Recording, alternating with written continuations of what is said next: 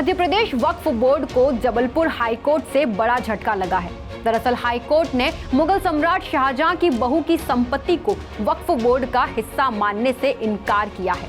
फैसले के बाद बुरहानपुर वक्फ बोर्ड जिला अध्यक्ष का बयान सामने आया है। बुरहानपुर स्थित 3 पुरातात्विक महत्व की धरोहर बेगम शाह शुजा का मकबरा, आदिल शाह नादिर शाह फारूकी का मकबरा और बीबी की मस्जिद के गजट नोटिफिकेशन में वक्फ संपत्ति के रूप में दर्ज होने के बाद भारतीय पुरातत्व सर्वेक्षण विभाग यानी ASI ने इसको लेकर जबलपुर हाईकोर्ट में याचिका दाखिल की थी।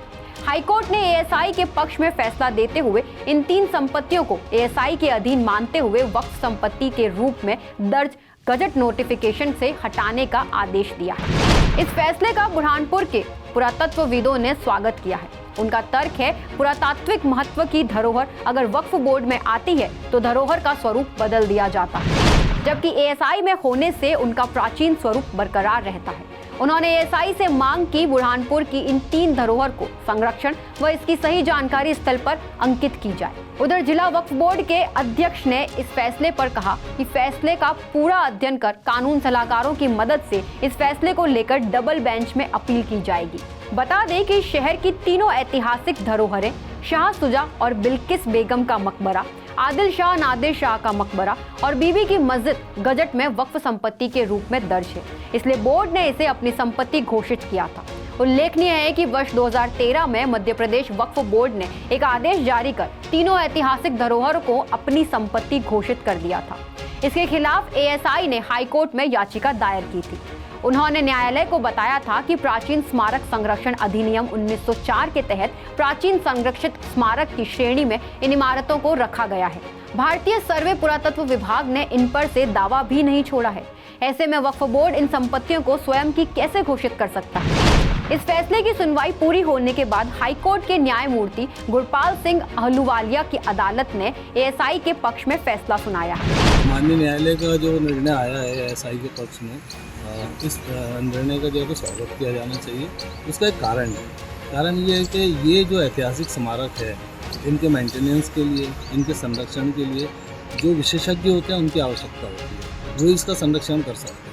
तो हिस्टोरिकल डिपार्टमेंट, आर्काइव्स डिपार्टमेंट और वो जो एक्सपर्टाइज की टीम है वो ASI के पास है, वक्फ बोर्ड के पास नहीं है। तो ऐसी परिस्थिति में वो देखना चाहिए कि कौन सा विभाग जो है वो सक्षम है, उसी विभाग के लिए वो स्मारक को जो दिया जाना चाहिए, उसी के संरक्षण में दिया जाना चाहिए। और मैं ASI से भी मेरा निवेदन यही है कि जो स्मारक उन्होंने अपने संरक्षण में लिए हैं तो उन्हें चाहिए कि किसी चीज़ को अपने संरक्षण में ले लेना काफ़ी नहीं है, उस पर प्रॉपर तरीके से ध्यान भी देना चाहिए। और जो अपेक्षाएँ हैं, जो उम्मीदें हैं ASI से, ASI डिपार्टमेंट को उन्हें पूरा करना चाहिए। ये बड़े इंपॉर्टेंट स्मारक है, जिन 3 स्मारकों की बात हो रही है। जिला पुरातत्व एवं पर्यटन परिषद के सदस्य, इतिहासकार और पुरातत्वविद कमरुद्दीन फलक ने कहा है कि ASI को सिर्फ ऐतिहासिक धरोहरों को अपने स्वामित्व में लेने भर से काम नहीं चलेगा, उनका संरक्षण और विकास भी किया जाना बेहद जरूरी है। वर्तमान में इन तीनों धरोहर के साथ अन्य धरोहर की दैनिक हालत पर चिंता जताते हुए कहा कि पुरातत्व विभाग को जल्द ही इनके संरक्षण के लिए ठोस कदम उठाने चाहिए। उन्होंने वक्फ बोर्ड में संपत्तियों की देखरेख के लिए नियुक्त किए जाने वाले पदाधिकारी की योग्यता और चयन प्रक्रिया पर भी सवाल उठाए हैं। इस तरह की और वीडियो देखने के लिए हमारे YouTube चैनल को सब्सक्राइब करें और बेल आइकन को दबाना ना भूलें।